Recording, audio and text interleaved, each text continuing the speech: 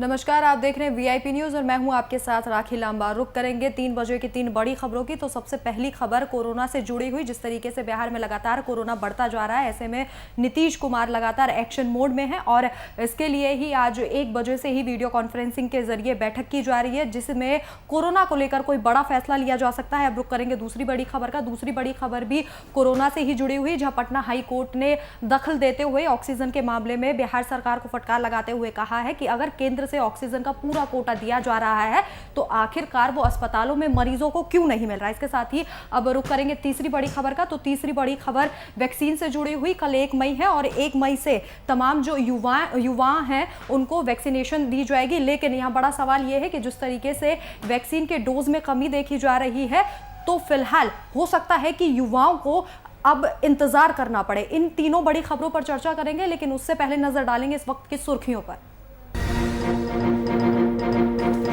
पत्रकारिता जगत के लिए दुखद खबर। वरिष्ठ पत्रकार रोहित सरदाना का निधन, हृदय गति रुकने से गई जान।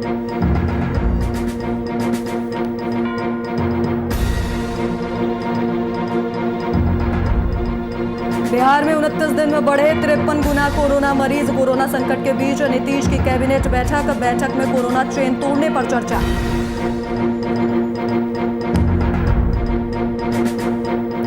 बिहार में ऑक्सीजन की किल्लत पर पटना हाईकोर्ट गंभीर। सरकार की कार्यशैली पर खड़े किए सवाल। कहा, जब केंद्र से मिला कोटा तो कमी क्यों।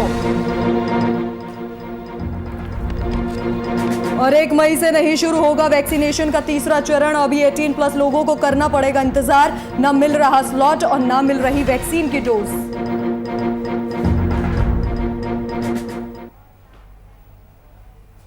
बिहार में कोरोना के मामले लगातार बढ़ते जा रहे हैं। रोजाना 13,000 से ज्यादा नए मामले सामने आ रहे हैं। कोरोना संक्रमितों की लगातार मौत भी हो रही है। इस बीच कोरोना से निपटने के लिए मुख्यमंत्री नीतीश कुमार ने मंत्रिमंडल की बैठक बुलाई। कयास लगाए जा रहे हैं कि सरकार इस बैठक में अहम फैसले ले सकती है। वीडियो कॉन्फ्रेंसिंग के जरिए दोपहर 1 बजे से ये लगातार बैठक हो रही है और इस बैठक में सरकार कोई सख्त और बड़ा फैसला ले सकती है।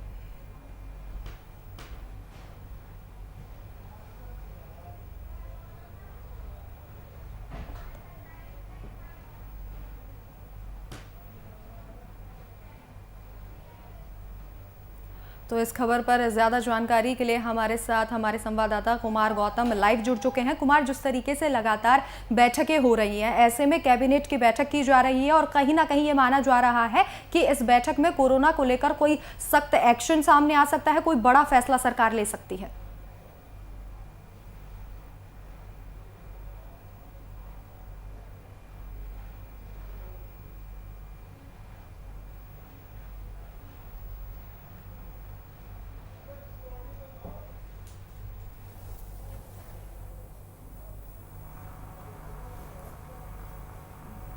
जो लोग हैं वो इस वीडियो कॉन्फ्रेंसिंग में भाग ले रहे थे और टोटल 14 एजेंडों पे मोहर लगी है कैबिनेट में। और इस कैबिनेट के बीच में उस वक्त एक मातम छा गया जब उन्हें ये पता चला कि बिहार के मुख्य सचिव का पारस में निधन हो गया है।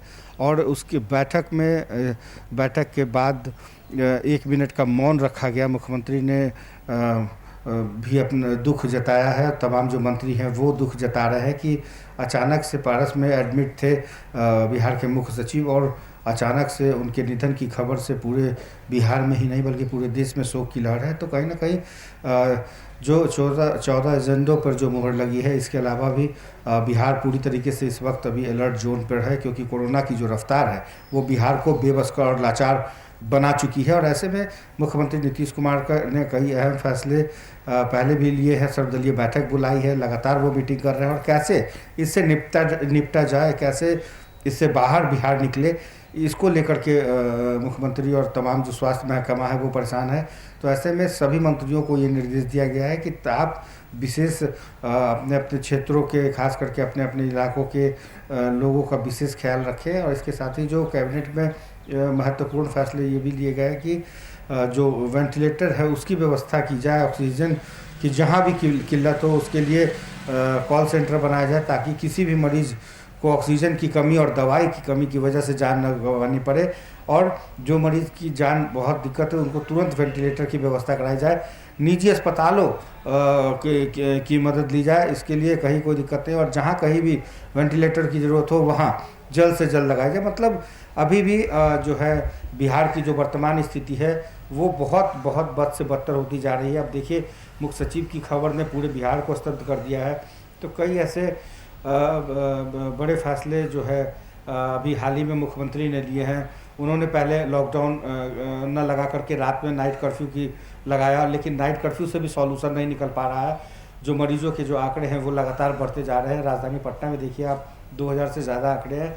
तो कहीं ना कहीं, और अभी ये रफ्तार इसलिए भी बढ़ेगी क्योंकि कोरोना का ये फेज़ 2 अब बिल्कुल कह सकते हैं कि इसका संक्रमण हर इलाके में है। मतलब राजधानी पटना ही नहीं, पूरे बिहार के जो भी ज़िले हैं वहाँ हर ज़िले से ये ऐसी खबरें आ रही हैं, और अस्पतालें फुल होती जा रही है। शमशान घाट में लाशों के ढेर लगे हुए हैं। तो स्थितियाँ बहुत काबू में नहीं है, लेकिन फिर भी लगातार प्रयास किए जा रहे हैं स्वास्थ्य महकमे की तरफ से और सरकार की तरफ से। इसलिए कैबिनेट की बैठक खत्म हो गई है और उनमें 14 एजेंडों पे मुहर लगी है। उन एजेंडों के साथ साथ मुख्यमंत्री ने वेंटिलेटर को लेकर के इस बार साफ कर दिया है कि वेंटिलेटर की व्यवस्था जल्द से जल्द कराई जाए। प्राइवेट के साथ साथ सरकारी अस्पतालों में भी अब कोविड के मरीजों का इलाज हो और बेहतर तरीके से हो, मुकम्मल व्यवस्थाएं हो, इसको लेकर के मुख्यमंत्री ने काफ़ी निर्देश दिए। लेकिन इससे पहले कि वो कुछ और कह पाते, इस खबर ने उनको भी सदमे में ला दिया है। पूरा बिहार इस वक्त सदमे में है, क्योंकि मुख्य सचिव का निधन कोरोना की वजह से हो जाना, ये कहीं ना कहीं अब ये बताता है कि कोरोना न तो आम आदमी को देखता है, न खास आदमी को देखता है, न नेता को देखता है, न प्रशासन को देखता है। कोरोना एक ऐसा संक्रमण है जिसको जकड़ लेगा, उसको छोड़ता नहीं है। और ऐसे में पारस जैसे बड़े अस्पताल, जो कि राजधानी पटना का कह लें कि एक ऐसा अस्पताल माना जाता है, लैंडमार्क माना जाता है, और मुख्य सचिव के निधन के बाद से अभी राजनीतिक गलियारे में सिर्फ और सिर्फ अभी शोक की लहर चल रही है। जी राखी। बिल्कुल कुमार, जैसा कि आपने कहा कि कोई वीआईपी हो या फिर कोई आम आदमी हो, कोरोना की चपेट से कोई नहीं बच पा रहा। तो ऐसे में लोगों को और ज़्यादा जागरूक होने की ज़रूरत है। यही आपने बताया कि 14 जो प्रस्ताव है उन पर इस कैबिनेट में मुहर लगी। तो क्या लॉकडाउन को लेकर भी कोई चर्चा की गई? क्योंकि जिस तरीके के हालात अभी बने हुए हैं बिहार में, कहीं ना कहीं सरकार को अब इस ओर भी एक कड़ा कदम उठाना होगा।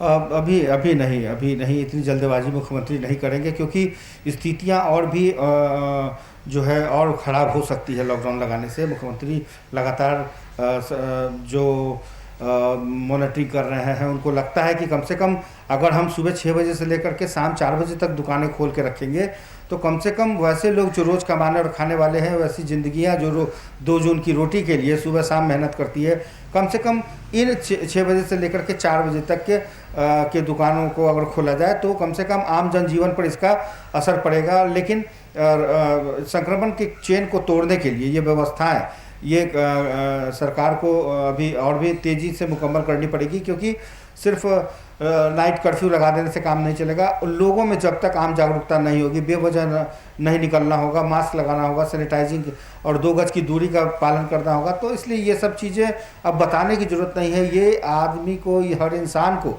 अब इसमें शुमार कर लेना चाहिए कि बिना कोरोना के गाइडलाइन के कोई भी अगर उसको तोड़ेगा तो ये संक्रमण तेज़ी से फैलेगा। और इस संक्रमण के चेन को तोड़ने के लिए हो सकता है कि आने वाले कुछ दिनों में ये फैसले लिए जाएं, लेकिन चूंकि कल से ही ये चीज़ें लागू हुई हैं, तो कम से कम मुझे लगता है कि 2-3 दिनों तक इस चीज़ को देखा जाएगा और धीरे धीरे परिस्थितियाँ अगर बनती है तो शायद कोई बड़ा निर्णय लिया जा सकता है। लेकिन आज कोई इस तरीके की बातें मुख्यमंत्री ने नहीं कही, और अगर उनको कहना भी हो तो, लेकिन मुख्य सचिव के निधन से वो थोड़े आहत दिखे, वो मर्माहत दिखे, और उन्होंने तुरंत 1 मिनट का शोक जाहिर किया। और इसके साथ ही तमाम जो मंत्री, तमाम विधायक जो पक्ष के हैं, विपक्ष के हैं, सभी लोगों ने मुख्य सचिव के निधन पर, कोरोना के निधन के बाद ये शोक की लहर है। और 1985 बैच के वो IAS अधिकारी रहे हैं, बिहार में उनका अपना एक नाम रहा है और मुख्य सचिव के पद पर रहे हैं, कई फैसले उन्होंने लिए हैं। और इस वक्त बिहार के लिए एक सदमे की घड़ी है और बिहार ने मुख्य सचिव को खो दिया है। कोरोना के संक्रमण के कारण उनकी मौत हुई है और इस मौत के बाद आने वाले कुछ दिनों में मुख्यमंत्री नीतीश कुमार क्या निर्णय लेते हैं ये देखना होगा। लेकिन लगातार मुख्यमंत्री मीटिंग कर रहे हैं, उन्होंने राज्यपाल से भी बात की, सर्वदलीय बैठक बुलाई, कुछ सुझाव भी लिए गए।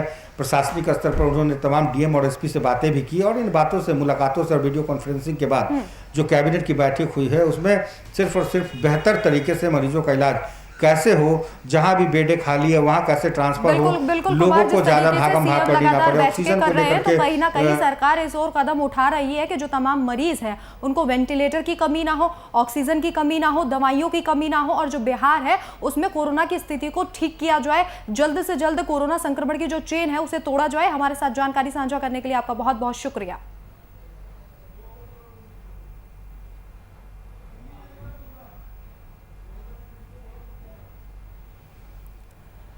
कैबिनेट की बैठक फिलहाल खत्म हो गई है जिसमें 14 प्रस्तावों पर मुहर लगी है और आपको बता दें जिस तरीके से कोरोना के लगातार मामले सामने आ रहे थे, ऐसे में एक दुखद समाचार जहां बिहार के मुख्य सचिव जो कोरोना ग्रस्त थे, आज उनका निधन हो गया। इस बैठक में उनको सच्ची श्रद्धांजलि दी गई और 1 मिनट का मौन व्रत रखा गया। आपको बता दें कि लंबे समय से कोरोना से ग्रस्त मुख्य सचिव बताए जा रहे थे। वहीं बिहार में कोरोना मरीजों के इलाज के लिए जरूरी ऑक्सीजन की सही आपूर्ति नहीं होने को पटना हाई कोर्ट ने काफी गंभीरता से लिया है। जस्टिस CSA सिंह ने खंडपीठ ने इन जनहित याचिकाओं पर सुनवाई की। कोर्ट ने राज्य सरकार को निर्देश दिया कि अस्पतालों में आवश्यक ऑक्सीजन की आपूर्ति सुनिश्चित करे। कोर्ट ने कहा कि जब केंद्र सरकार ने ऑक्सीजन का 194 मीट्रिक टन का कोटा बिहार को दिया हुआ है तो उसे अस्पतालों में आपूर्ति की व्यवस्था क्यों नहीं हो रही।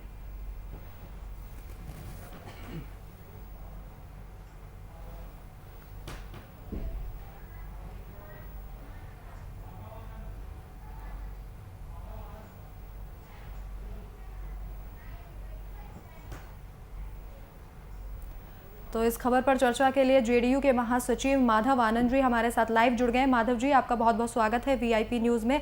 सर, जिस तरीके से लगातार सरकार दावे कर रही है कि कहीं भी ऑक्सीजन की कमी नहीं है, अब हालात ऐसे आ गए हैं कि पटना हाईकोर्ट ने खुद संज्ञान लिया है और खुद कहा है कि अगर आपको केंद्र से ऑक्सीजन मिल रहा है तो आखिर अस्पतालों में क्यों नहीं मरीजों को ऑक्सीजन दिया जा रहा।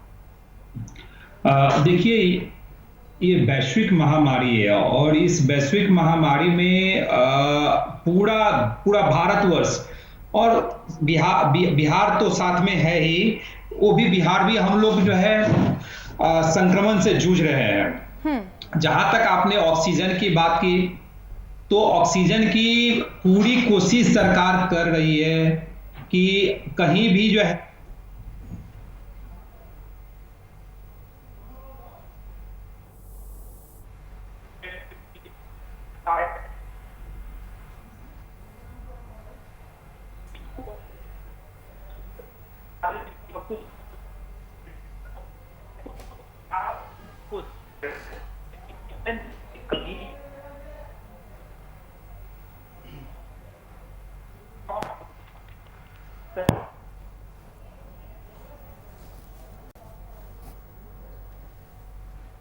तो लगातार अस्पतालों में ऑक्सीजन की कमी देखी जा रही है, जिसको लेकर अब पटना हाईकोर्ट ने भी मामले में संज्ञान लिया है और जो जनहित याचिका थी उन पर सुनवाई करते हुए सरकार से पूछा है कि अगर केंद्र की तरफ से ऑक्सीजन दिया जा रहा है तो जनता तक ऑक्सीजन क्यों नहीं पहुंच रहा।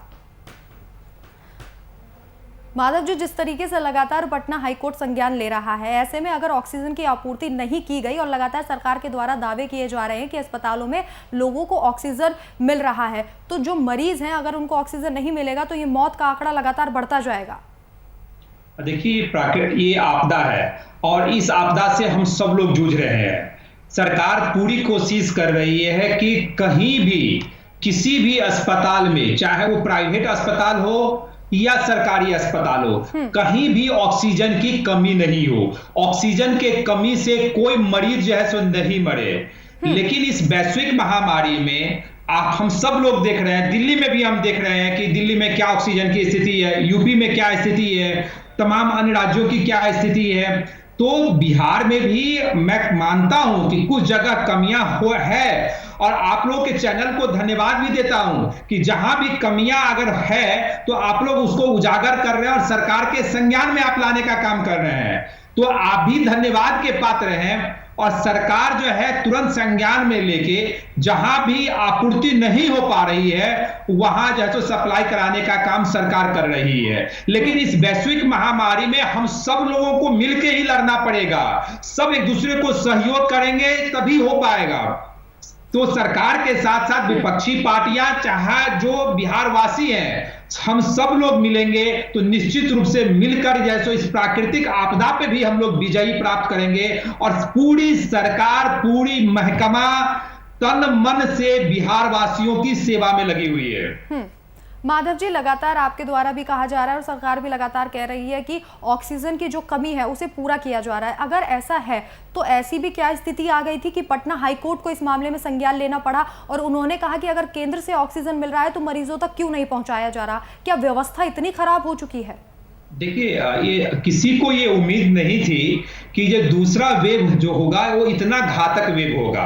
आप बिहार की बात तो छोड़ दीजिए, बिहार तो सीमित संसाधनों वाला प्रदेश है, सब जानते हैं, ऐसा नहीं है कि आपको नहीं पता। लेकिन दिल्ली की क्या स्थिति है, उत्तर प्रदेश बगल से में सटा हुआ नोएडा और गाजियाबाद की स्थिति क्या है, हरियाणा की स्थिति क्या है, महाराष्ट्र तो डेवलप्ड स्टेट है, महाराष्ट्र की क्या स्थिति है। जी, आपके पास लौटूंगी। इसी बीच भाई वीरेंद्र हमारे साथ आरजेडी के मुख्य प्रवक्ता जुड़ गए हैं।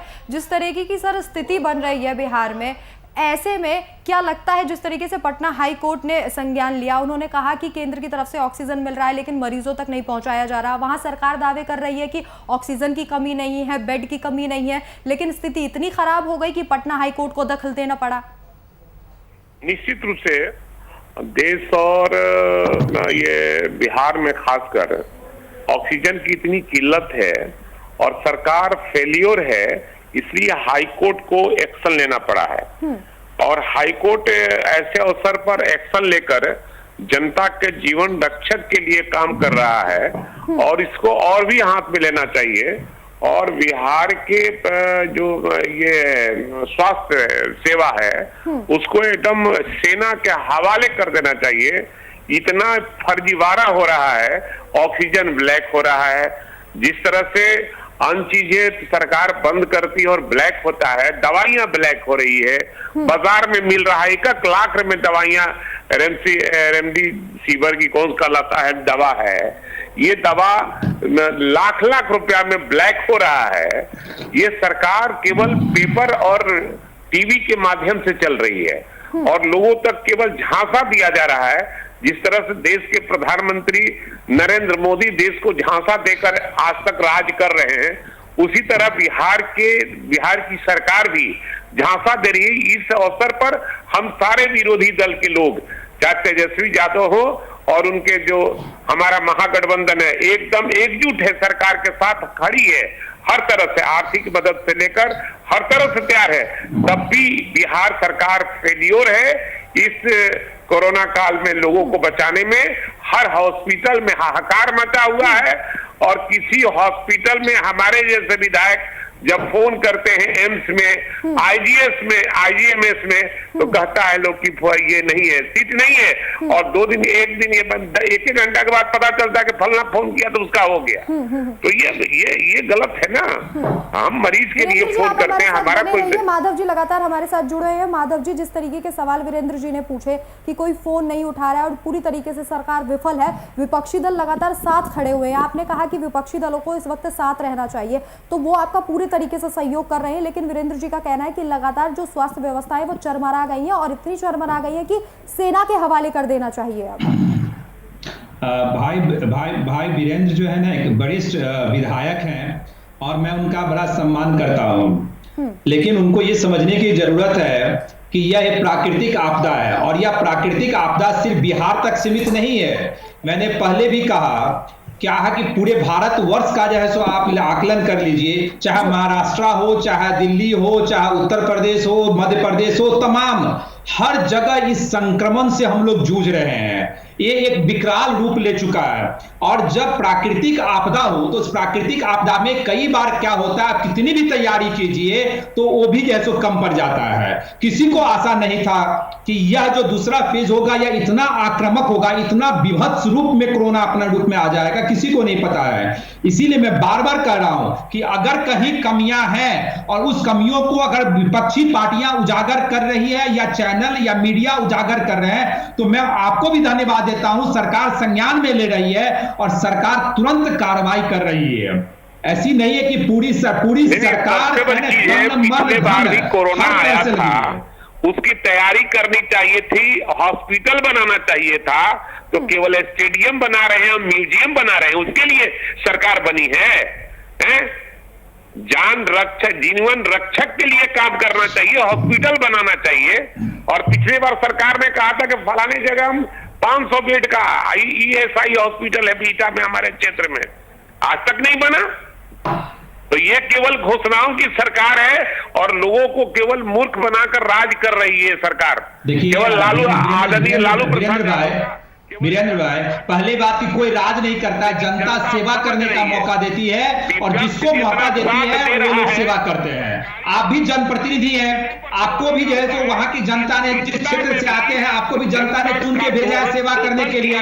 जो भी जिस दल की सरकार बनती है उनको भी सेवा करने के लिए भेजाता है। और आदरणीय नीतीश कुमार जी, जो आप जानते हैं बिहार की जनता ने उनको 15 साल से ज्यादा लंबे वक्त तक जैसे अपना सीन प्यार दिया है, तो वैसे ही नहीं दिया है। उनके कथनी करनी में अंतर नहीं है, जो कहते हैं वो करते हैं और बिहार की जनता के लिए सोचते हैं। इसीलिए आप विपक्ष के लोग हैं, आप कुछ भी आरोप लगा दीजिए, आपके आरोप लगाने से बिहार की जनता को कोई फर्क नहीं पड़ेगा। बिहार की जनता के दिल में जो नीतीश जी ने जगह बनाया है वो जगह अभी भी बना हुआ है। हॉस्पिटल में ऑक्सीजन का सप्लाई नहीं हो रहा है, NMCH जैसे हाथ खड़ा कर दे रहा है, IDMS जैसे हाथ खड़ा कर दे रहा है। ये सरकार ब्लैकमेल कर रही है, केवल जनता के साथ धोखाधड़ी कर रही है। विपदा आया है तो विपक्ष खड़ा है सरकार के साथ, लेकिन सरकार विपक्ष से न मदद ले रही है न विपक्ष की बात को मान रही है। जो मन कर रहा है अपने मन कर रही है। क्या सरकार क्या अपने मन से कर रही है? कोरोना के लिए एस्टैब्लिश गाइडलाइंस है भाई वीरेंद्र जी, कोरोना के लिए एस्टैब्लिश गाइडलाइंस है, वैक्सीनेशन प्रक्रिया के लिए एस्टैब्लिश गाइडलाइंस बना हुआ है। सरकार उसी गाइडलाइन को फॉलो कर रही है। सरकार लोगों की जो है जान को भी बचाने की कोशिश कर रही है और उसी अर्थव्यवस्था के जो साधन है, जीविकोपार्जन के जो साधन है, उसको भी बचाने में लगी हुई है। दोनों के बीच सामंजस्य स्थापित करने की जरूरत है। माधव जी, लेकिन यहाँ बड़ा सवाल ये भी एक है कि जिस तरीके से आपने जनप्रतिनिधियों की बात की, आपने कहा कि विपक्ष को सहयोग करना चाहिए, लोगों को जागरूक करना चाहिए, लेकिन जिस तरीके की तस्वीरें बीजेपी के विधायकों की सामने आ रही हैं, ऐसा लग नहीं रहा कि लोगों को जागरूक किया जा रहा है। अभी हाल ही में जो बीजेपी विद्यासागर विधायक हैं, उनकी जो तस्वीरें सामने आई, जिस तरीके से इतना बड़ा समारोह किया गया और उस इतने बड़े समारोह में इतनी भीड़ उमड़ी, किसी ने सोशल डिस्टेंसिंग का पालन नहीं किया, सर किसी ने मास्क नहीं लगाया हुआ और कोई कार्रवाई नहीं की गई, इस तरीके से पार्टी जागरूक करेगी लोगों को? देखिए, अगर कोई भी विधायक, कोई भी जनप्रतिनिधि या कोई भी जो व्यक्ति हो, अगर नियम के अगेंस्ट में कोई काम किया है तो पुलिस प्रशासन उस पर अपना काम करती रहती है और करना चाहिए। मुझे लगता है जिस विधायक की आप बात कर रहे हैं, अगर उन्होंने कोई नियमों का उल्लंघन किया है और कोविड के गाइडलाइंस को जो है उन्होंने फॉलो नहीं किया है, तो पुलिस प्रशासन को अधिकार है उस पर कार्रवाई करने का और पुलिस प्रशासन काम कर रही होगी। ऐसा नहीं कि पुलिस प्रशासन उनको छोड़ने का काम करेगी। ये नीतीश जी की सरकार है, जहां जो सरकार न किसी को फंसाती है न किसी को बचाती है, चाहे बड़ा से बड़ा व्यक्ति कोई क्यों ना हो।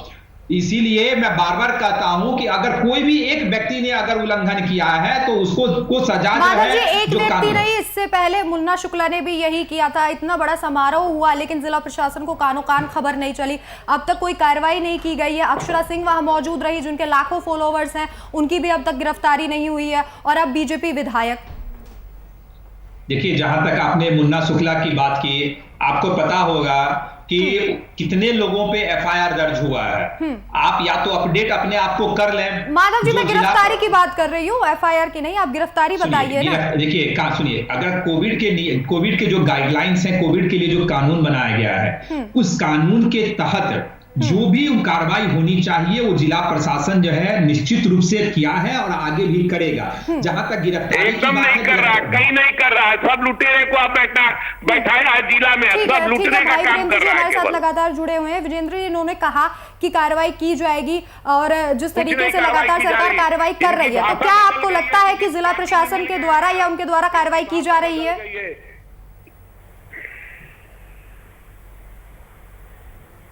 भाई वीरेंद्र जी जी, जिस तरीके से माधव जी का कहना है कि कोई भी कोरोना की गाइडलाइंस को तोड़ता है तो सरकार उस पर कार्रवाई करेगी, तो क्या आपको लगता है कि कार्रवाई की जा रही है? विवाह हो रहा है, सरकार का कोई प्रशासन जा रहा है वहां, हम लोगों ने जागरूकता पैदा किया है गांव में, लेकिन जहां कहीं भी कोई गलती कर रहा है वहां प्रशासन के लोग जाएं, उस पर कार्रवाई करें। हम लोग अगर कार्रवाई करने वाले पर कुछ बोलते हैं तब ना हम लोग दोषी हैं। माधव जी, सरकार गाइडलाइन किया तो गाइडलाइन का पालन करवाना होगा, हम लोग तो पालन कर रहे हैं, जो लोग नहीं कर रहा उस पर कार्रवाई करे सरकार। निश्चित रूप से अगर आप पालन कर रहे हैं तो आप धन्यवाद के पात्र हैं भाई वीरेंद्र। आप इसी तरह पालन करें, अपने लोगों को जैसे जागरूक करें, और जो लोग भी पालन नहीं कर रहे हैं ऑडियो के माध्यम से लोगों को जागरूकता पैदा कर रहे हैं। बहुत अच्छा काम कर रहे हैं भाई वीरेंद्र, बैठे हुए हैं, बहुत अच्छा काम कर रहे हैं। और जो लोग भी कानून को तोड़ रहे हैं या जो लोग भी नियम को फॉलो नहीं कर रहे हैं, उस पे कानून संगत जो कार्रवाई होनी चाहिए वो कार्रवाई हो रही है। मैं ये आपको आश्वस्त करना चाहता हूँ। माधव जी, लेकिन बड़ा सवाल ये है कि अगर इस तरीके से जनप्रतिनिधि कानून का उल्लंघन कर रहे हैं तो आखिर बीजेपी पार्टी की तरफ से उन्हें क्यों नहीं दंडित किया जाता? देखिए, ये पार्टी का मैटर नहीं है, समझने का था। ये आपदा है। इस आपदा में अभी सारे महकमा जो है बिहार वासियों की सेवा में लगी हुई है। अगर कोई कुछ लोग, मुट्ठी भर लोग, चाहे माधव जी, मैं कार्यक्रम की बात कर रही हूँ। इतना बड़ा जो कार्यक्रम आयोजित किया गया बीजेपी विधायक के द्वारा, उस पर तो पार्टी कार्रवाई कर सकती है, वो तो आपकी पार्टी से जुड़े हुए हैं ना सर। मैं वही बता रहा हूँ कि अगर कोई भी विधायक, चाहे कोई पॉलिटिकल कार्यक्रम तो होना ही नहीं चाहिए अभी, अगर कोई फैमिली फंक्शन भी है तो फैमिली फंक्शन के लिए भी गाइडलाइन जारी किया गया है। अगर उस गाइडलाइंस के अगेंस्ट में अगर कुछ हो रहा है तो जिला प्रशासन को पूरा अधिकार है, जिला प्रशासन उस पर कार्रवाई भी करी है, ऐसा नहीं है कि नहीं कार्रवाई किया है। और अगर नहीं कर रहा है, कोई नहीं कर रहा है, इसलिए कि एनडीए का मामला है। आप लोग को सब छूट है, नाच कराने का, गाना सुनने का, गलत काम करने का। देखिए उस पर कार्रवाई नहीं होगी। लगा रहे हैं नाच कराने का, तो ये वक्त नहीं है अभी कि हम लोग नाच की बात करें। वक्त ये है कि हम लोग बिहार वासियों के साथ खड़े रहें, हम सब लोग मिल के जैसे इस आपदा से जैसे लड़े, यही हम लोग का भी। कौन नाच रहा है, कौन नहीं नाच रहा है, ऐसे शब्दों का प्रयोग करना भी उचित अभी नहीं है, क्योंकि जिस आपदा से पूरा देश जूझ रहा है, उस आपदा में हम सब लोगों को साथ में रख के सरकार का सहयोग करना और बिहार वासियों की सेवा करनी है, पूरे भारतवर्ष की जनता का सेवा करना है। भाई वीरेंद्र जी, एक विपक्ष की भूमिका निभाते हुए आप कितना सहयोग दे रहे हैं? माधव आनंद जी, बहुत हो गया, जनता बहुत भोग ली, केंद्र सरकार से भी और बिहार सरकार से। अब निजात पाना चाहती है जनता पार्टी नहीं उतरेगी, जनता खुद ब खुद उतरेगी आने वाले दिनों में और इन लोगों को भगाएगी। लेकिन वीरेंद्र जी, ये तो सच है कि आप एक विपक्ष की भूमिका में आप क्या कर रहे हैं जनता के लिए? सरकार पर सवाल तो उठा रहे हैं, लेकिन आप लोगों को जागरूक करने के लिए क्या कर रहे हैं? जो हमसे बंद पड़ रहा है, आर्थिक मदद कर रहे हैं सरकार को, जागरूकता पैदा करना, इससे बड़ा हो गया। और गाइडलाइन का हम पालन कर रहे हैं, इससे ज्यादा क्या किया जा सकता है? लोगों के बीच में जागरूकता पैदा कर रहे हैं। कहाँ है वो, क्या कर रहे हैं? देखिए, पूरी बिहार सरकार बिहार की वासियों की सेवा में लगी हुई है। हर जो डिपार्टमेंट है सब में सामंजस्य स्थापित है। किस तरह कोविड से हम लोग लड़ रहे हैं पूरे बिहार वासियों को पता है। कोई सरकार या कोई मंत्री सोया हुआ नहीं है, जो जहां है सब लोग जो है चिंतित है, सब लोग अपना अपना काम कर रहे हैं और बिहार वासियों के स्वास्थ्य गलत आंकड़े पेश कर रहे हैं और गलत को छुपाने के लिए ही आज कोविड का जो हालात है बिहार में सरकार का देन है, जिसका इलाज नहीं हो पा रहा है। केवल गलत आंकड़े पेश करते रहे हैं ये छुपाने का काम किया है। आज भी हाई कोर्ट को ये गलत रिपोर्ट दे रहे हैं। बिहार ने आंकड़ा छिपा लिया है तो दिल्ली में किसने छिपाया है, महाराष्ट्र में किसने छिपाया है? अब महाराष्ट्र में तो आप ही लोगों की सरकार है, जिसके गठबंधन के कांग्रेस भी है या नहीं है, कांग्रेस है, कोई भी छिपाता है वो दर्ज के बाहर है। राजस्थान की क्या हालात है? राजस्थान में भी लॉकडाउन किया हुआ है। नहीं, ये राजनीति करने का समय नहीं है आनंद जी। आप ही कर रहे हैं, राजनीति करने का नहीं, राजनीति करने का नहीं है। सरकार जिसकी है उसकी जिम्मेवारी ज्यादा बनती है। विपक्ष की भी जिम्मेवारी है, सरकार की जिम्मेवारी है, उसके पास सारा महकमा है और महकमा सारा फेल है, इसलिए हाईकोर्ट को संज्ञान लेना पड़ा है। महकमा फेल नहीं है, महकमा पूरे अच्छे ढंग से जैसे काम कर रहा है। ये महकमा अगर नहीं फेल रहती तो हाईकोर्ट और सुप्रीम कोर्ट संज्ञान नहीं लेता। नहीं, देखिए हाईकोर्ट और सुप्रीम कोर्ट अगर संज्ञान ले रहा है ये अच्छी बात है। मैं तो दिल्ली का भी उदाहरण दिया, माननीय उच्च न्यायालय दिल्ली, माननीय सरकार की बात मैं नहीं कर रहा हूँ। नहीं, मैं किसी की बात कर रहा हूँ, देश की बात कर रहा हूँ। हाँ, मैं बता रहा हूँ कि अगर सरकार भी, अगर जुडिशियरी भी अगर इस चीज को देख रही है कि इस प्राकृतिक आपदा से कैसे जो हम सब लोग लड़े और कैसे सरकार को दिशा निर्देश भी दे, तो इसमें कोई बुरी बात नहीं है। मैं अच्छा मानता हूँ लोकतंत्र के लिए कि भाई जुडिशियरी भी इस चीज को मॉनिटर कर रही है कि ये आपदा है, जुडिशियरी भी ये मान रही है कि ये आपदा है, और इस आपदा में जुडिशियरी जो भी दिशा निर्देश दे सकती है या सख्ती से कानून का पालन करवा सकती है, तो मैं जुडिशियरी को भी धन्यवाद देता हूं कि जुडिशियरी भी अपने आप को पार्ट मानती है कि चलो इस प्राकृतिक आपदा में अगर जितना संभव हो सके। बड़ा सवाल ये है कि अगर सरकार सभी व्यवस्थाएं कर रही है, तमाम गाइडलाइंस जारी कर रही है, आपका भी कहना है कि काम किए जा रहे हैं कोरोना को रोकने के लिए, लेकिन बड़ा सवाल ये है माधव जी, अगर तमाम व्यवस्थाएं की जा रही है तो इतने मामलों में उछाल आ कैसे रहा है? 16,000 से मामले पार हो चुके, 13,000 से मामले पार हो चुके हैं और रोजाना ये आंकड़े बढ़ते ही जा रहे हैं। 5 गुना है, 5 गुना। देखिए, ये जो दूसरा वेव है अभी अपने सबसे ऊपर टॉप पे है अभी। अगर इसका आकलन भी आप करें, चाहे जितने भी क्या वैज्ञानिक हैं या डॉक्टर हैं, आप उनके भी आकलन, उनके भी अध्ययन को पढ़ेंगे तो अभी अपने पीक पे है अभी। तो स्वाभाविक है जब पीक पे और संक्रमण का रूप उस रूप में है, तो अब जिस रूप में क्वारंटीन सेंटर से लेके आइसोलेशन से लेके पहले से इस पर तैयार रहना चाहिए। तो कोविड जब आता है तो तैयारी करती है, और उसके पहले स्टेडियम और ऐश मौज करते हैं लोग, ऐश मौज करते हैं। देखिए ऐश मौज, भाई वीरेंद्र, ऐश मौज करने के लिए तो आप लोग जाने जाते हैं। अभी फिर आप कहेंगे कुछ मैं पॉलिटिकल बात कह दूंगा तो आपको बुरा लग जाएगा। किसने ऐश मौज किया है वो आपको भी पता है, लेकिन मैं उन सारी बातों को अभी नहीं बोलना चाह रहा हूं क्योंकि ये वक्त नहीं है अभी उस तरह का।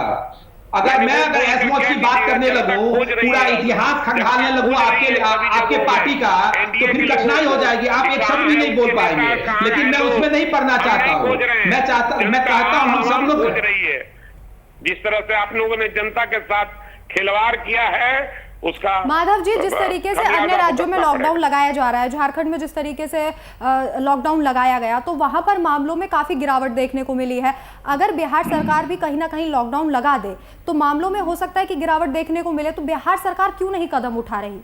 देखिए, लॉकडाउन एकमात्र विकल्प नहीं है, आप इस चीज को समझिए। अगर लोगों को संक्रमित होने से रोकना है तो साथ ही साथ जो जीविकोपार्जन के साधन है उसको भी बचाना है आपको। माधव जी, कभी योजना के साथ सरकार को लॉकडाउन लगा देना चाहिए ना। आप योजना बनाइए, उसके अनुसार लॉकडाउन लगाइए। देखिए, अभी नाइट कर्फ्यू की बात हुई, नाइट कर्फ्यू का टाइमिंग भी चेंज कर दिया गया।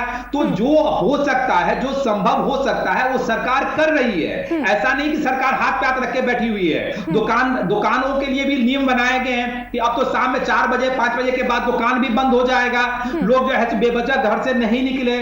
तो सरकार से जो हो सकता है, सरकार हर तरह के काम करे, लेकिन एक बात समझने की जरूरत है कि लॉकडाउन कोई विकल्प नहीं है। अगर आप लॉकडाउन करने से अगर पूरा संक्रमण का रेट रुक जाए तो आज सरकार लॉकडाउन कर दे, लेकिन क्या उससे, अगर दिल्ली में देखिए, दिल्ली में लॉकडाउन है, क्या संक्रमण का रेट दिल्ली में कम हो गया है? जवाब ले लेते हैं, भाई वीरेंद्र जी हमारे साथ लगातार बने हुए हैं। क्या लगता है सर आपको कि लॉकडाउन सरकार को अब लगा देना चाहिए, और लॉकडाउन को लेकर आपका क्या रुख है? निश्चित रूप से लॉकडाउन होना चाहिए, सारी व्यवस्था को करते हुए, और गरीब का निवाला बंद न हो, और लॉकडाउन होना चाहिए। अब देख लीजिए, अभी कह रहे हैं गरीब का निवाला भी बंद न हो, उसके आय के साधन भी बने रहे, जो सरकार उसका निवाला का व्यवस्था करे। वही मैं कह रहा हूं। तो दोनों चीज को देखने की जरूरत है यहाँ। और बड़ा अच्छा भाई वीरेंद्र ने कहा कि पिछले बार क्यों लॉकडाउन हुआ, अरे जब पहली बार भारत में कोरोना आया था, आपके पास कोरोना के जानते भी नहीं थे कि कोरोना क्या है, उसके उपचार के क्या क्या हो सकते हैं, कौन कौन सा मेडिसिन, आपके पास कुछ भी नहीं था। तो जब आपने लॉकडाउन किया, उस बीच में आपके पास मौका मिला जहां आपने कोरोना का अध्ययन भी किया, उसके अकॉर्डिंग इंफ्रास्ट्रक्चर भी क्रिएट किया, डॉक्टर भी एजुकेट हुए, सब लोगों को तो वहां वक्त मिला। अब हम लोग समझ चुके हैं कि अगर किसी कोई व्यक्ति कोरोना से संक्रमित है, अरे आप तो समझ के एक साल समझने में लगा आपको। माधव जी, लेकिन जिन राज्यों में लॉकडाउन लगा दिया गया है, तो आपका कहना यह है कि वहां गलत फैसले लिए गए हैं? नहीं, गलत फैसले नहीं लिया गया, मैं ये नहीं कह रहा हूँ। आप क्यों स्टेडियम बना रहे हैं? आप क्यों लूटने का बिल्डिंग बना रहे हैं? केवल हर राज्यों आप हॉस्पिटल को क्यों नहीं दुरुस्त कर रहे हैं? डॉक्टर क्यों नहीं बहाल कर रहे हैं? भाई वीरेंद्र जी, एक बार सुन लीजिए माधव जी क्या कह रहे हैं, उसके बाद आपसे भी जवाब लिया जाएगा। हर राज्यों की स्थिति अलग अलग है, आप इसी को समझने की आवश्यकता है। बिहार में अभी भी जो कोरोना का संक्रमण रेट है, जब अन्य राज्यों से हाई पॉपुलेटेड अपना स्टेट है, इसके बावजूद भी अगर आप अन्य प्रदेशों से तुलना करें तो यहां संक्रमण रेट अभी भी कम है। तो सरकार, मैं बार बार बोल रहा हूं कि कोई राजधर्म यही कहता है कि आपको अगर लोगों को संक्रमण से भी बचाना है, साथ ही साथ जीविकोपार्जन, जो वीरेंद्र भाई ने कहा, में तो बिहार के मुकाबले कम मामले आ रहे थे, लेकिन फिर भी वहां लॉकडाउन लगा दिया गया, क्योंकि जिस तरीके से जो मामले अभी बचे हुए हैं उनसे लोगों को बचाया जा सके, जो अभी संक्रमण की चेन है उसको तोड़ा जा सके। देखिए, अब संक्रमण के चेन को तोड़ने की बात नहीं है। आप जिस वेब से गुजर रहे हैं वहां संक्रमण के चेन और ट्रेस करने से नहीं हो रहा। आप इस चीज को समझिए, साइंटिफिक चीज अगर कोई भी, अगर आप तो खुद वरिष्ठ पत्रकार है, अब जो है वो वक्त बीत चुका है जहां आप संक्रमण के चेन को तोड़ने की आप बात करेंगे। अब संक्रमण, अब इसका एक ही है कि जितना जल्दी हो सके लोग वैक्सीनेशन प्रक्रिया में पार्टिसिपेट करें, लोग वैक्सीनेटेड हो जाएं, जो लोग संक्रमित हो गए हैं। माधव जी, वैक्सीनेशन की बात कर रहे हैं, 1 मई से युवाओं को अभी और इंतजार करना पड़ सकता है वैक्सीनेशन को लेकर। बिहार सरकार पूरी तरह लगी हुई है, चाहे वो वैक्सीनेशन उपलब्धता कराने की बात हो, बिहार सरकार जैसे लगी हुई है। और बिहार सरकार ने पहले ही अनाउंस कर दिया है कि 1 मई से जो है 18 उम्र से लेकर 44 साल तक के उम्र के लोगों के लिए फ्री टीका जैसे उपलब्ध कराया जाएगा। पता नहीं आपको बिहार सरकार हाथ खड़ी कर। भाई वीरेंद्र जी, आपको क्या लगता है कि वैक्सीनेशन के लिए जो 1 मई से होने वाला है, इसके लिए क्या सरकार तैयार है, बिहार तैयार है पूरे तरीके से? वैक्सीनेशन नहीं हो रहा है 1 तारीख को। ये लोग झूठा वादा करके और टीवी पर चलवाते हैं अपना। माधव जी, कितना तैयार है बिहार 1 मई से होने वाले वैक्सीनेशन के लिए? देखिए, बिहार सरकार ने ऑलरेडी अनाउंस कर दिया है कि 1 मई 2021 से 18 से लेकर 44 साल माधव जी से कल पूछिएगा कि वैक्सीनेशन चालू हुआ कि नहीं हुआ, कल फोन पर कराया जाएगा। जहां तक आप कल से न शुरुआत होने की बात है, बिहार सरकार जो है डायरेक्टली जो है प्रोक्योरमेंट के लिए जो भी जो सीरम इंस्टीट्यूट हो या बायोटेक हो, सबसे बात करके ऑर्डर भी दिया जा चुका है। अब सप्लाई की जहां तक बात है, हो सकता है कि थोड़ा बहुत आगे पीछे विलंब हो, लेकिन भाई वीरेंद्र इस तरह इरिस्पॉन्सिबल व्यक्ति की तरह बयान दे रहे हैं कि टीका होगा ही नहीं हो। अरे ऐसे थोड़ी होता है, तारीख से शुरू हो जाएगा, नहीं होगा। बता तो रहा हूं ना, जहां तक नहीं, सरकार केवल झूठ बोलती है। सरकार अगर झूठ बोलती है तो वैक्सीनेशन का प्रोग्राम क्या आरजेडी चला रही है? अगर सरकार झूठ बोल रही है तो वैक्सीनेशन का प्रोग्राम आरजेडी चला रही है कि सरकार चला रही है? अरे सरकार, उसकी जिम्मेवारी मिली है। आप पिछले दरवाजे से सरकार में घुसे तो आपकी जिम्मेवारी है ना। तो फिर आप कह रहे हैं कि ये तो सरकार आपके पास है ना, कि मेरे पास संसाधन है। अभी वैक्सीनेटेड कैसे हुए हैं? आप वैक्सीनेटेड कैसे हुए हैं? सरकार के प्रोग्राम के माध्यम से ही आप वैक्सीनेटेड हुए ना, आपको भी टीका लग गया होगा। नाम नहीं टीका लगवाए हैं, ये सरकार का नहीं लगाया तो लगा लेना चाहिए। आप तो जागरूक है, अच्छे मित्र भी है मेरे, आपको जरूर लगाना चाहिए। जनप्रतिनिधि है, लोगों से मिलना जुलना ज्यादा होता है, तो आप तो जरूर लगावे। मेरा जैसे आपसे आग्रह है एज ए भाई के नाते कि आप जरूर लगावे और अपने आप को सुरक्षित और दूसरे को भी सुरक्षित रखें। चलिए माधव जी, आप ज्यादा ये कहा था सम्राट चौधरी ने कि नया नवाजी जो है ज्यादा प्याज खाता है। आप प्याज खाइए, शुभकामना है। आप ज्यादा प्याज खा रहे हैं, खाइए। देखिए, आपका लैंग्वेज बोला, वीरेंद्र भाई ने बोला, अभी भी आपके लिए उतना ही मेरा सम्मान रहेगा और सबके लिए सम्मान है। ये प्राकृतिक आपदा है, इस आपदा में राजनीति करना छोड़िए, नकारात्मक राजनीति मत कीजिए, सकारात्मक राजनीति कीजिए। आइए, जितना सहयोग कर सकते हैं हम लोग एक दूसरे का सहयोग करें और निश्चित रूप से इस प्राकृतिक आपदा पे भी विजयी प्राप्त होकर। माधव जी, मेरा आपसे आखिरी सवाल यही है कि जिस तरीके से आप 18+ जो लोग हैं उनके वैक्सीनेशन की बात कर रहे हैं, तो ऐसे में जो रजिस्ट्रेशन तो हो रहा है लेकिन आगे की जो प्रक्रिया है वो नहीं हो पा रही है। लोगों को कहना है कि पूरी तरीके से क्रैश हो गया है और जो रजिस्ट्रेशन के बाद की जो प्रोसेस है, स्लॉट है, वो नहीं हो पा रहा है। देखिए, मैं आपको बताया कि जैसे बिहार सरकार ने ऑलरेडी अनाउंस कर दिया है, जहां तक टीके की उपलब्धता की बात जो आप लोग उठा रहे हैं या विपक्षी पार्टियां उठा रही है, तो बिहार सरकार ने ऑलरेडी ऑर्डर दिया है। अब जहां तक बिहार सरकार तो टीका नहीं बना रही है, टीका तो 2 ऑर्गेनाइजेशन बना रहा है, बायोटेक बना रहा है और सीरम इंस्टीट्यूट बना रहा है, और रशिया से भी जो सप्लाई होके आना है, स्पुतनिक आना है, उसका भी खेप आने वाला है। तो निश्चित रूप से बिहार सरकार ने जो ऑर्डर दिया है वो हो सकता है कि थोड़ा बहुत डिले हो, जो अपने हाथ में नहीं है। लेकिन ये कहना कि टीकाकरण अभियान फेल हो गया, टीकाकरण होगा ही नहीं, ये तो अति शक्तिपूर्ण बात है ना। ये रिस्पॉन्सिबल व्यक्ति की तरह जैसे कोई भी इस तरह की बातें कर दे। टीका अभी भी दिया जा रहा है। हाँ, जो उम्र सीमा तय किया गया है, जो नया गाइडलाइन जारी किया है 1 तारीख से, मैं मान सकता हूं, हो सकता है कि कहीं अभी दिक्कत ना हो, उतनी उपलब्धता नहीं हो, लेकिन बिहार सरकार ऐसा नहीं है कि बिहार सरकार लगातार उसमें अपनी बिहार सरकार की कोशिश जारी है कि टीके की प्रॉपर उपलब्धता जैसे बिहार के हर टीका सेंटर पे जैसे हो।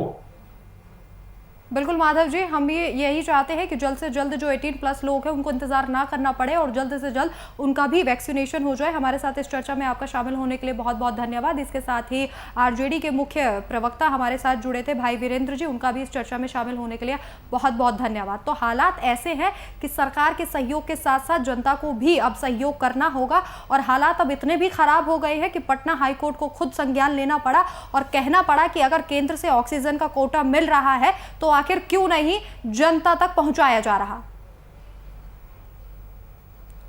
तो इस बीच रुकेंगे एक छोटे से ब्रेक के लिए, ब्रेक के बाद वापस आएंगे।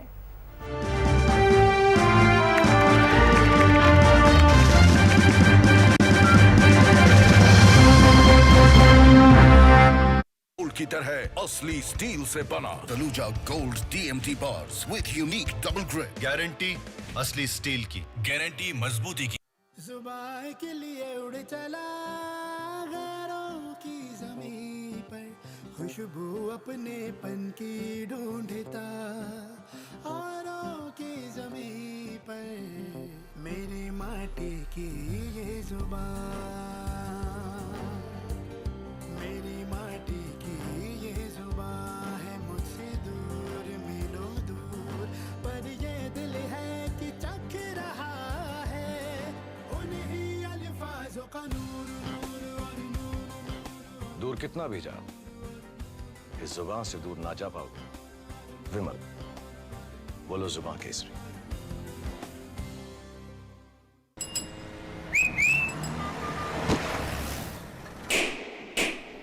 अब इग्नोर नहीं करेंगे। नया खून है, खोलेगा इंडिया ग्लो करेगा।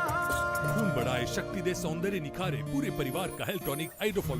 आप हेल्दी, इंडिया हेल्दी। बिहार की राजधानी पटना का पहला private medical college Netaji Subhash medical college and hospital MCI द्वारा मान्यता प्राप्त MBBS 100 सीटों के लिए, मल्टी स्पेशलिटी 350 बेडेड हॉस्पिटल, अनुभवी doctors, 24 hours emergency services. Netaji Subhash medical college and hospital, Amhara, Bihta, Patna. 24 carat gold की तरह असली स्टील से बना Tanuja gold TMT bars with unique double grip, guarantee असली स्टील की, गारंटी मजबूती की।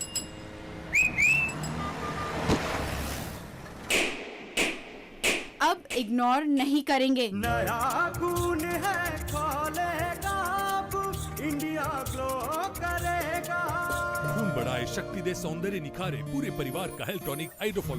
आप हेल्दी, इंडिया हेल्दी। बिहार की राजधानी पटना का पहला private medical college Netaji Subhash medical college and hospital MCI द्वारा मान्यता प्राप्त MBBS 100 सीटों के लिए, मल्टी स्पेशलिटी 350 बेडेड हॉस्पिटल, अनुभवी doctors, 24 hours emergency services. Netaji Subhash medical college and hospital, Amhara, Bihta, Patna. 24 carat gold की तरह असली स्टील से बना Tanuja gold TMT bars with unique double grip, guarantee असली स्टील की, गारंटी मजबूती की।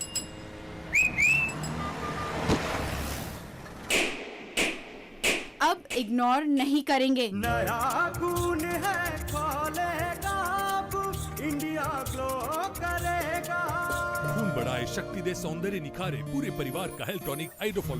आप हेल्दी, इंडिया हेल्दी। बिहार की राजधानी पटना का पहला private medical college Netaji Subhash medical college and hospital MCI द्वारा मान्यता प्राप्त MBBS 100 सीटों के लिए मल्टी स्पेशलिटी 350 बेडेड हॉस्पिटल, अनुभवी doctors, 24 hours emergency services. Netaji Subhash medical college and hospital, Amhara, Bihta, Patna. 24 carat gold की तरह असली स्टील से बना Tanuja gold TMT bars with unique double grip. Guarantee असली स्टील की, गारंटी मजबूती की।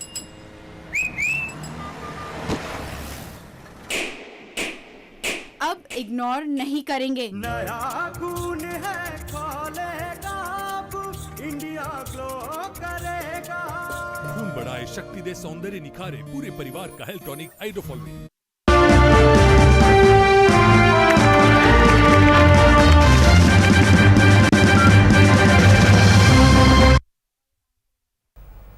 ब्रेक के बाद आप सभी का स्वागत है। अब बात करेंगे 1 मई से शुरू होने वाले वैक्सीनेशन की। तो 1 मई को वैक्सीनेशन का तीसरा चरण शुरू होगा। वैक्सीन की किल्लत के बीच ये फैसला लिया गया है कि 5.46 करोड़ लोगों को वैक्सीन लगाई जानी है। हालांकि इस बीच वैक्सीन लगवाने को लेकर रजिस्ट्रेशन जारी रहेंगे। 1 मई से 18 से 45 साल की उम्र के लोगों को वैक्सीन लगनी थी।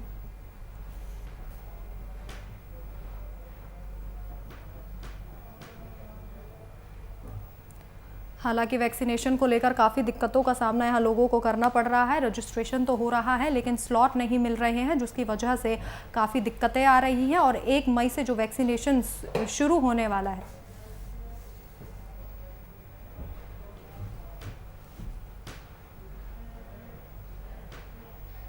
तो झारखंड में 1 मई से होने वाले वैक्सीनेशन को लेकर क्या स्थिति वहां पर बनी हुई है, इसी को लेकर जानकारी साझा करने के लिए हमारे संवाददाता शुभम कुमार हमारे साथ लाइव जुड़ गए हैं। शुभम, फिलहाल झारखंड में 1 मई से जो वैक्सीनेशन शुरू होने वाला है उसको लेकर क्या कुछ तैयारियां की जा रही हैं? देखिए, केंद्र सरकार के निर्देश पर 1 तारीख को कह सकते हैं 18 वर्ष से ऊपर के लोगों को वैक्सीन देने की पहल की गई है और कह सकते हैं कोरोना से निजात पाने के लिए इस पहल को करना बेहद ज़रूरी था। लेकिन अब यह देखना होगा कि 1 तारीख को 1 मई को कितने लोग वैक्सीन लेते हैं, क्योंकि 1 मई को निर्धारित किया गया कि 18 वर्ष से ऊपर के लोगों को वैक्सीन लेना है। और डॉक्टरों का यह भी मानना है कि अगर वैक्सीन लेंगे तभी आप जाकर सुरक्षित रह पाएंगे। लेकिन जो मौजूदा परिस्थिति है, अभी तक लोगों में जागरूकता नहीं फैली है, लोग वैक्सीन लेने नहीं पहुंच रहे हैं। आपको याद होगा राखी, जिस तरीका से जब पहली वैक्सीन की खेप राजधानी रांची पहुंची थी और तमाम राज्यों में अगर की बात करें तो वहां पर पहल की गई थी कि 60 वर्ष से ऊपर के लोगों को वैक्सीन लगना है। फिर उसके बाद यह उम्र 45 साल कर दी गई। तो अभी तक कुछ ऐसे लोग हैं जिन्होंने वैक्सीन नहीं लिया है, अपनी एज सीमा कह सकते हैं होने के बावजूद भी। और डॉक्टरों का यही मानना है कि जो मौत के बढ़ते हुए आंकड़े सामने आ रहे हैं, तो कहीं ना कहीं जितने भी कोविड मरीज मिल रहे हैं वो लोगों ने वैक्सीन नहीं लिया था। तो आप समझ सकती हैं लोगों में जागरूकता की कमी है। एक तरफ सरकार लगातार पहल कर रही है कि स्वास्थ्य को अगर बचाना है तो वैक्सीन लेना बेहद ज़रूरी है। और कहीं ना कहीं हम भी लगातार तमाम बार जनता से अपील कर रहे हैं कि जल्द से जल्द वैक्सीन लगाएं, नज़दीकी केंद्र में जाएं। राजधानी रांची की बात करें तो राजधानी रांची में 52 ऐसे केंद्र बनाए गए हैं जहां पर कोविड की वैक्सीन लोगों को मिल सकती है। लेकिन वहां पर कहीं पर भीड़ देखने को मिलती है लोगों की और कहीं पर सन्नाटा पसरा हुआ रहता है। पता नहीं लोगों के मन में ऐसी क्या बात बैठ गई है कि वैक्सीन लेने से लोग कतरा रहे हैं। जी बिल्कुल शुभम, जिस तरीके से आपने बताया कि अब लोगों में जो ये भ्रम है वैक्सीन को लेकर, इसे ख़त्म करना होगा, उसके बाद ही जो ये वैक्सीनेशन पूरा है ये पूरी तरीके से सफल हो पाएगा। लेकिन केंद्र में और राज्य सरकार में देखा जा रहा था कि वैक्सीन को लेकर काफ़ी टकराव देखा जाता है। तो क्या सही जो मात्रा है उसमें वैक्सीन फिलहाल अस्पतालों में पहुँचाई जा रही है, क्योंकि कल से वैक्सीनेशन शुरू है? देखिए, तमाम जगहों पर वैक्सीनेशन की प्रक्रिया सुचारू रूप से अभी तक चल रही है और स्वास्थ्य मंत्री बन्ना गुप्ता ने केंद्र सरकार से मांग भी किया था कि क्या हमें इतनी मात्रा में वैक्सीन चाहिए। हालांकि केंद्र सरकार की तरफ से जो पहल किया गया है 18 वर्ष से ऊपर के लोगों को वैक्सीन लगाना है, तभी जाकर कोरोना से निजात मिल सकता है। सरकार अपने तरफ से लगातार पहल कर रही है, तमाम स्वास्थ्य केंद्रों पर वैक्सीन की खेप जा रही है और कह सकते जो ऑनलाइन प्रक्रिया है उसकी आपको आधार कार्ड देना पड़ेगा, वहाँ पर पूरे फॉर्म को फिलअप करना पड़ेगा, उसके बाद ही आपको वैक्सीन लगेगा और वैक्सीन लेने के बाद ठीक 28 दिन बाद दूसरी डोज जो मिलनी है वो भी मिलेगा। लेकिन सवाल यह है कि राज्य की जनता ही वैक्सीन केंद्र पर जाना नहीं चाहती है और उनके मन में ये डर सता रहा है कि वहाँ जाएंगे तो हमें कोरोना हो जाएगा, हमारा इम्यून डाउन हो जाएगा। ऐसी बात बिल्कुल नहीं है, क्योंकि मैं खुद भी कल एक डॉक्टर से बात कर रहा था, उन्होंने साफ तौर पे कहा कि अगर अस्पतालों की बात करें जिसमें अगर 100 में से 80 मरीज ऐसे पाए गए हैं जिन्होंने वैक्सीन नहीं लिया था उनके एज होने के बावजूद भी, तो आप समझ सकती हैं लापरवाही के चलते कहीं ना कहीं एक बढ़ते हुए आंकड़े को हम सामने देख रहे हैं। जी, तो इसी बीच हमारे साथ जेडीयू से डॉक्टर सुनील सिंह हमारे साथ लाइव जुड़ गए हैं। सुनील जी, फिलहाल बिहार कितना तैयार है 1 मई से जो वैक्सीनेशन होने वाला है उसे लेकर? देखिए, फिलहाल 1 मई से जो वैक्सीनेशन होने वाला था बिहार में टाल दिया गया है, लेकिन रजिस्ट्रेशन हो रहे हैं। देखिए, 18 वर्ष से ऊपर लोगों का वैक्सीनेशन इससे जरूरी है कि आज के दिन में अगर कोरोना के खिलाफ हमारे पास सबसे बड़ा हथियार है तो वो है वैक्सीनेशन।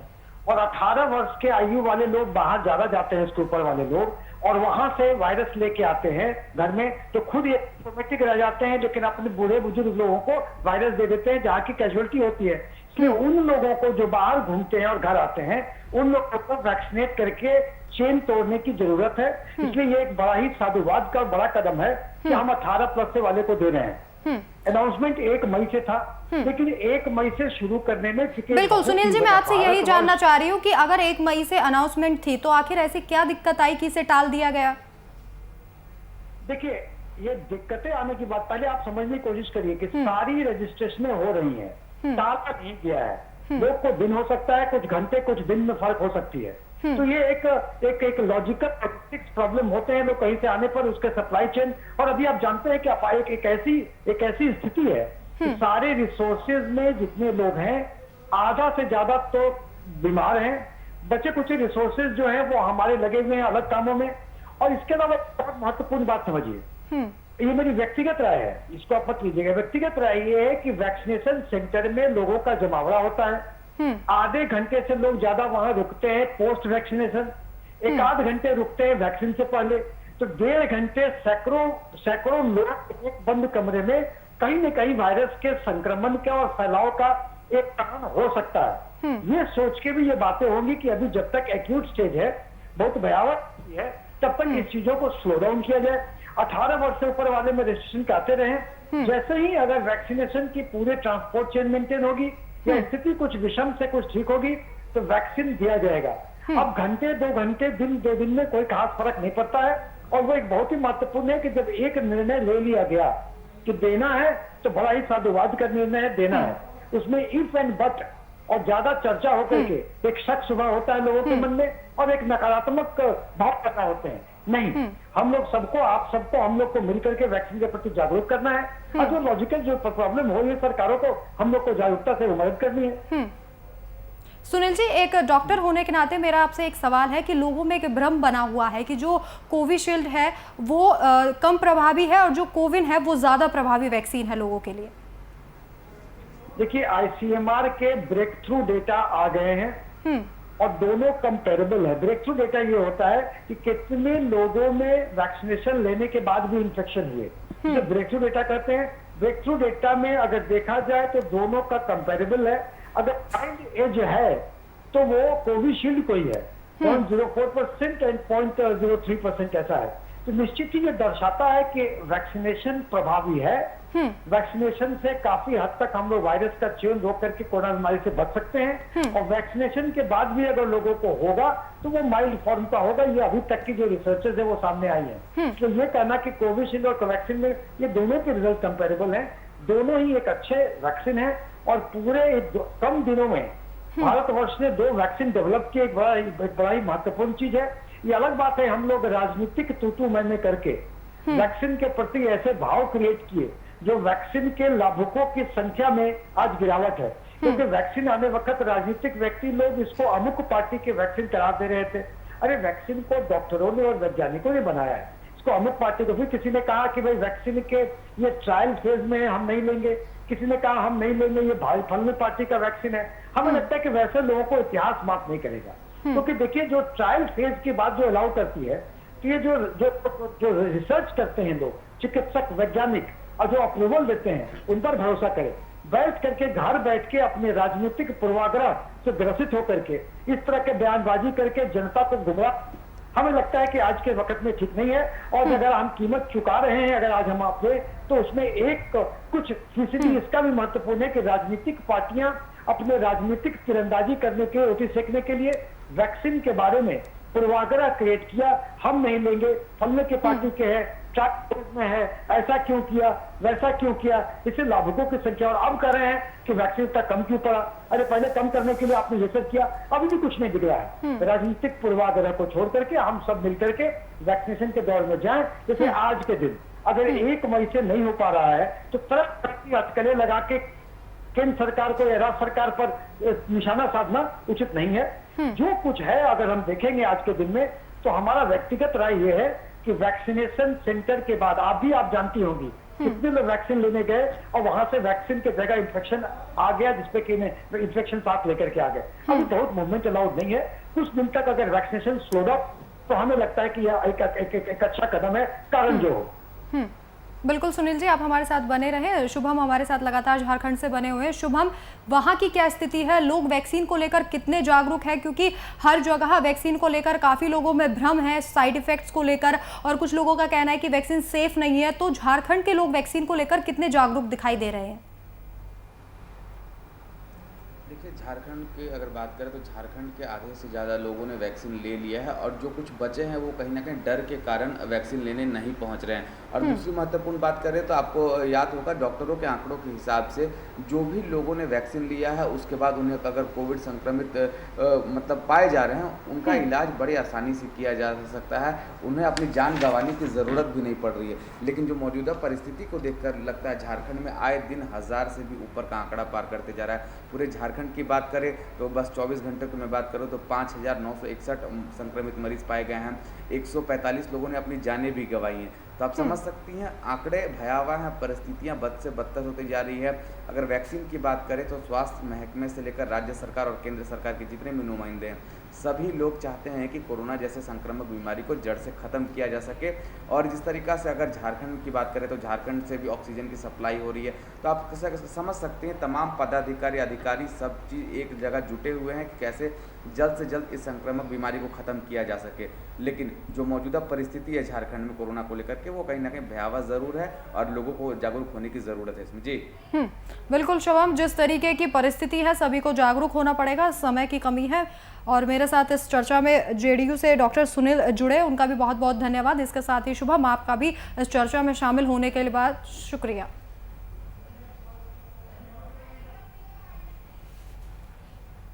तो जिस तरीके से 1 मई से वैक्सीनेशन शुरू होने वाला है, ऐसे में सभी सरकारें तैयारी कर रही है। हालांकि बिहार में इस वैक्सीनेशन को रोक दिया गया है, क्योंकि बताया ये जा रहा है कि वैक्सीनेशन की किल्लत के चलते सरकार को ये फैसला लेना पड़ा। फिलहाल इस वक्त के बुलेटिन में मेरे साथ इतना ही। देश और दुनिया की तमाम बड़ी खबरों के लिए देखते रहिए VIP न्यूज़। नमस्कार।